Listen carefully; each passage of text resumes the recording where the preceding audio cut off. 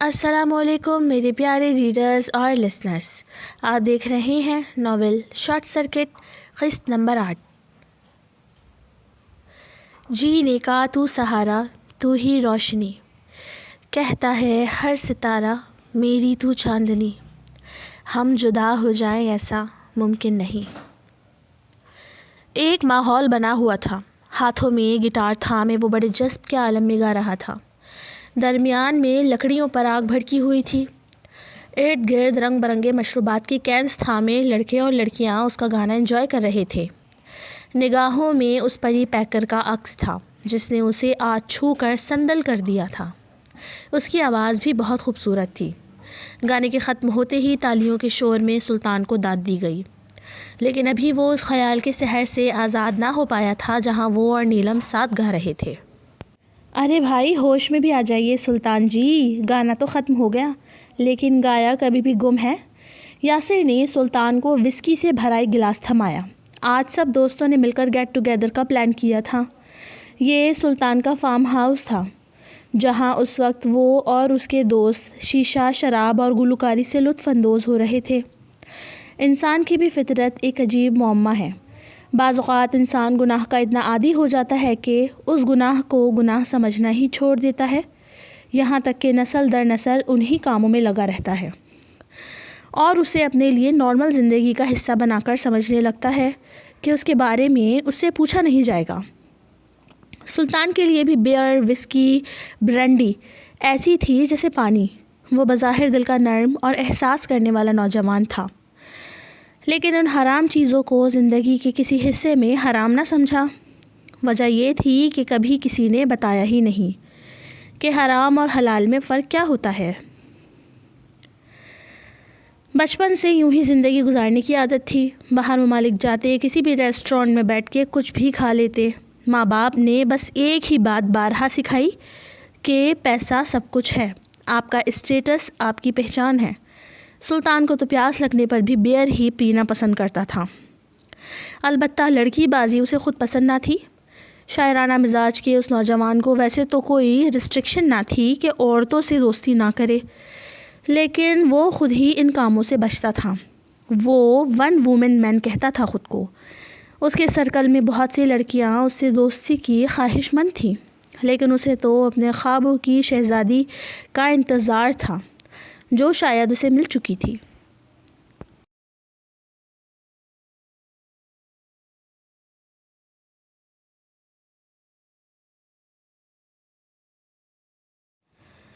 شان، میں آ کر ٹیسٹ لوں گی، جلدی سے کوٹک ایکویشن کے سارے سوال حل کرو۔ آج چھٹی کا دن تھا، نیلم نے مشین لگائی تھی۔ کپڑے دھوتے ہوئے ہی وہ شان کا ٹیسٹ بھی لے رہی تھی۔ کسی کے لیے ویکینڈ پارٹی لے کر آتا ہے اور کسی کے لیے لیفٹ اوور کام۔ نیلم کپڑے دھونے، گھر کی تفصیلی صفائی اور اس طرح کے کاموں کے لیے اتوار کے دن کا انتخاب کرتی تھی۔ شان کا بھی آج 2 جگہ کا آف ہوتا تھا، صرف میڈیکل والی ڈیوٹی اسے آج بھی کرنا ہوتی تو وہ اپنی پڑھائی کرتا۔ نیلم اور وہ جا کر اتوار بازار سے پورے ہفتے کی سبزی ترکاری بھی لے کر آتے۔ دوسری طرف سلطان دن کے 2 بجے تک پڑا سو رہا تھا اور یہاں نیلم کے 2 بجے تک سارے کام ہو چکے تھے۔ زندگی میں اتنا تضاد ہو تو کیسے ایسے 2 لوگ ایک کشتی میں سوار ہو سکتے ہیں؟ یہ محض ایک طوفان کا پیش خیمہ بن سکتا ہے۔ شان، مجھے سمجھ نہیں آ رہا کیا کریں، دوائی بہت مہنگی ہے۔ آپ ہی مجھے دکھانا پرچہ، میں اپنے ڈیلر سے بات کروں گا جو میڈیکل پر دوائی سپلائی کرتا ہے، ہو سکتا ہے اس کے پاس ہو۔ ہاں، آئیڈیا تو ٹھیک ہے، بس اللہ کرے کہیں مل جائے سستی۔ ہاں، شان نے گہرا سانس بھرا۔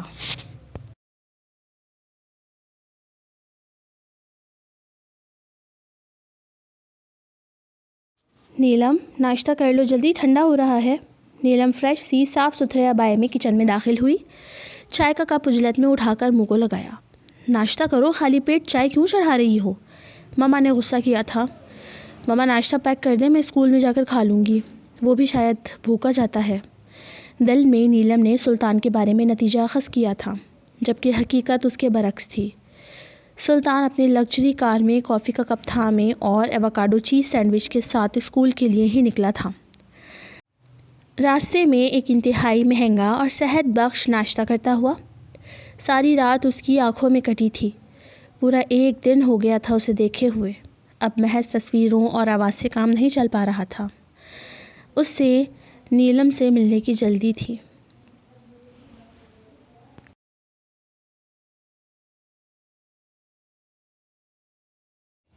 آج اس کا ایک کمپنی میں انٹرویو تھا۔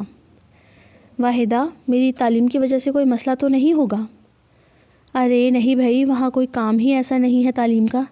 گارمنٹس کی کمپنی ہے، کوالٹی انسپیکٹر کی ویکینسی کے لیے بس ہاتھوں اور آنکھوں کا سلامت ہونا ضروری ہوتا ہے تاکہ پروڈکٹس کو اچھے سے چیک کیا جا سکے کہ کہیں اس میں کوئی نقص تو نہیں۔ اچھا، تو پھر انٹرویو کس بات کا؟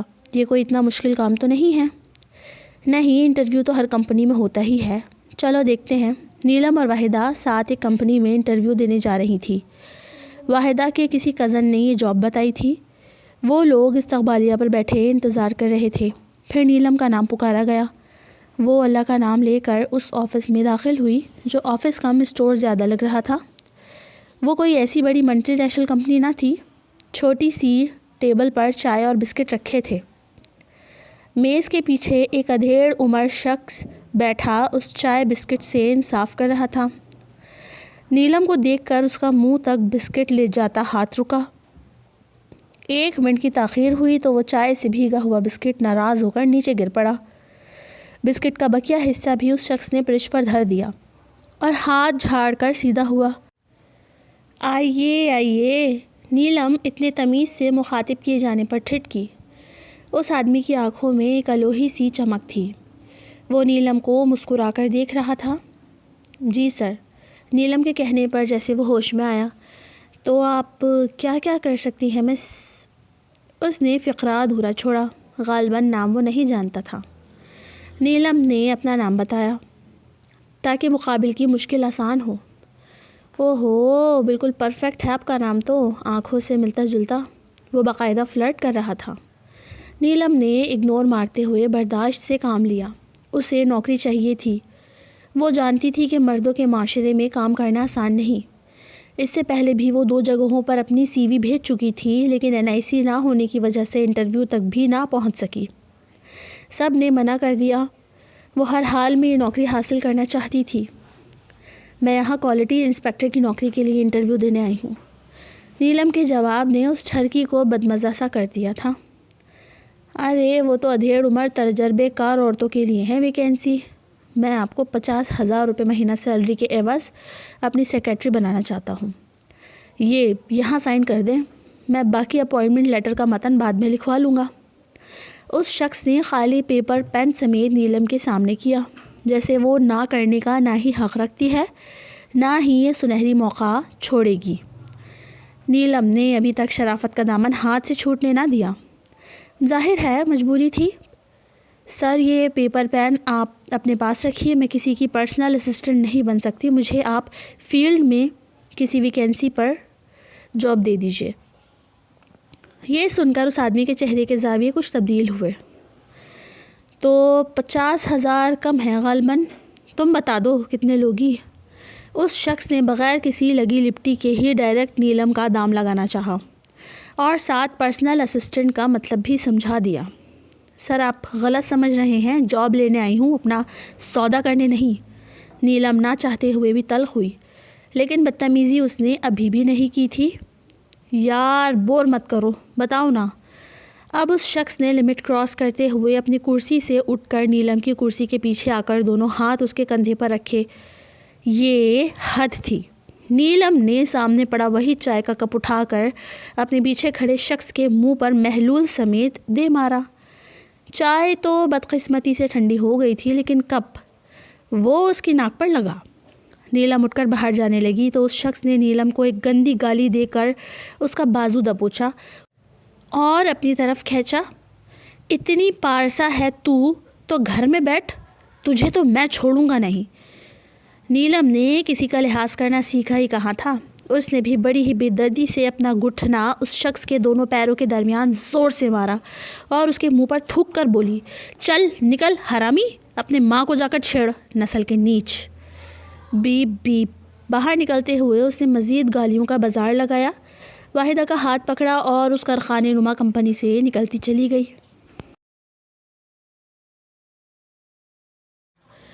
اس رات وہ بہت روئی تھی۔ نامحرم کا لمس اسے اپنے جسم پر آگ کی طرح محسوس ہو رہا تھا۔ ماں کو تو وہ طبیعت کا بہانہ بنا کر ٹال چکی تھی، لیکن خود کو مطمئن کرنا خاصا مشکل ہو رہا تھا۔ کئی روز یوں ہی گزر گئے۔ اس نے سیلری کے آتے ہی اپنے پاپا کے لیے اس محسن نامی شخص سے ہی دوا منگوا لی تھی، کیونکہ میڈیکل اسٹور والے نے بھی صاف یہی کہا تھا کہ یہ دوا عام جگہوں پر نہیں ملتی۔ ابھی وہ اسکول میں ہی جاب کر رہی تھی، کیونکہ باہر کہیں اسے جاب نہ مل سکی تھی۔ سلطان کے ساتھ تقریباً سارا مہینہ گزار کر وہ اس کے ساتھ بڑی کمفرٹیبل محسوس کرنے لگی تھی۔ اس کی آنکھوں میں نہ ہوس تھی، نہ ہی وہ فری ہونے کی کوشش کرتا تھا۔ تقریباً سارا مہینہ ہی اس نے سلطان کے ساتھ اپنا لنچ شیئر کیا تھا۔ آج بھی وہ لنچ کھول کر بیٹھی تھی۔ پھٹے ہوئے انڈے کو اس کی والدہ نے روٹی میں لپیٹ کر اس روٹی کو رول کی صورت دے کر 2 حصوں میں تقسیم کیا ہوا تھا۔ یہ نیلم نے ہی انہیں کرنے کو کہا تھا۔ ایک وہ خود کھاتی تھی اور دوسرا سلطان کو کھانے کو دیتی تھی، اور وہ جو پیر کے ناخن سے لے کر سر کے بالوں تک اس کی محبت میں مبتلا تھا، بڑے مزے سے اس کے ساتھ لنچ کرتا تھا۔ ابھی بھی وہ چائے اور لنچ کے ساتھ اس کی منتظر تھی، جو نہ جانے کہاں چلا گیا تھا۔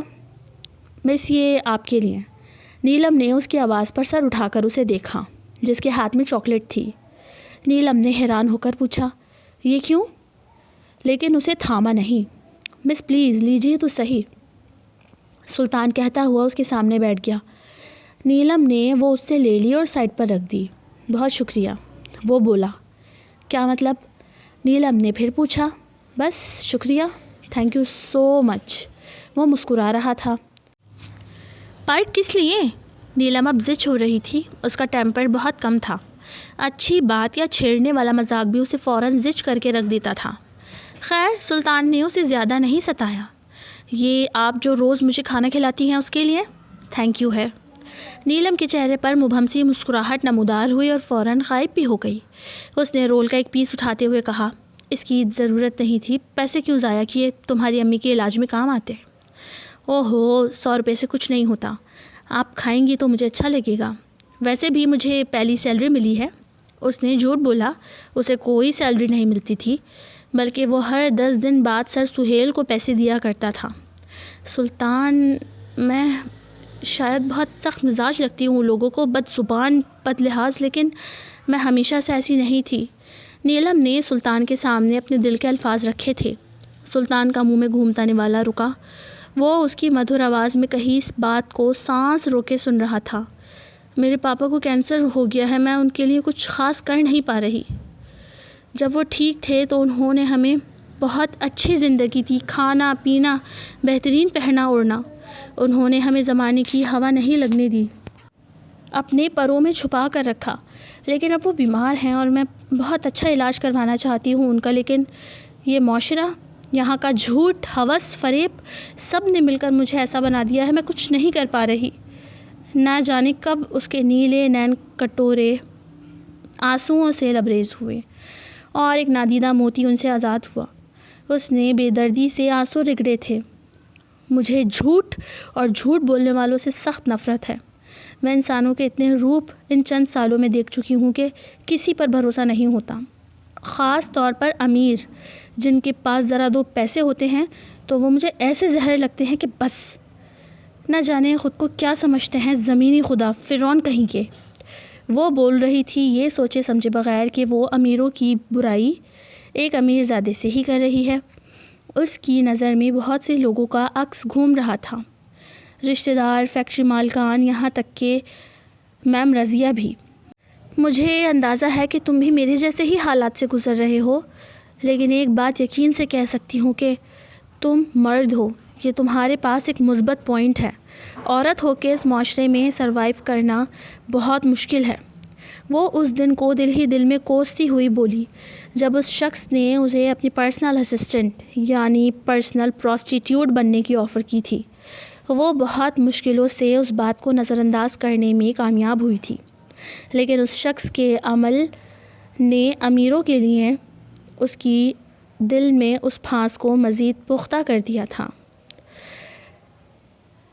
To be continue AW Urdu novels. Don't copy my novel and like کر دیجیے گائز. کامنٹ کر کے اپنی رائے کا اظہار ضرور کریں. کلائمیکس سین بہت جلد آنے والا ہے. پھر ملتے ہیں نیکسٹ ایپیسوڈ میں. بہت شکریہ. اللہ حافظ.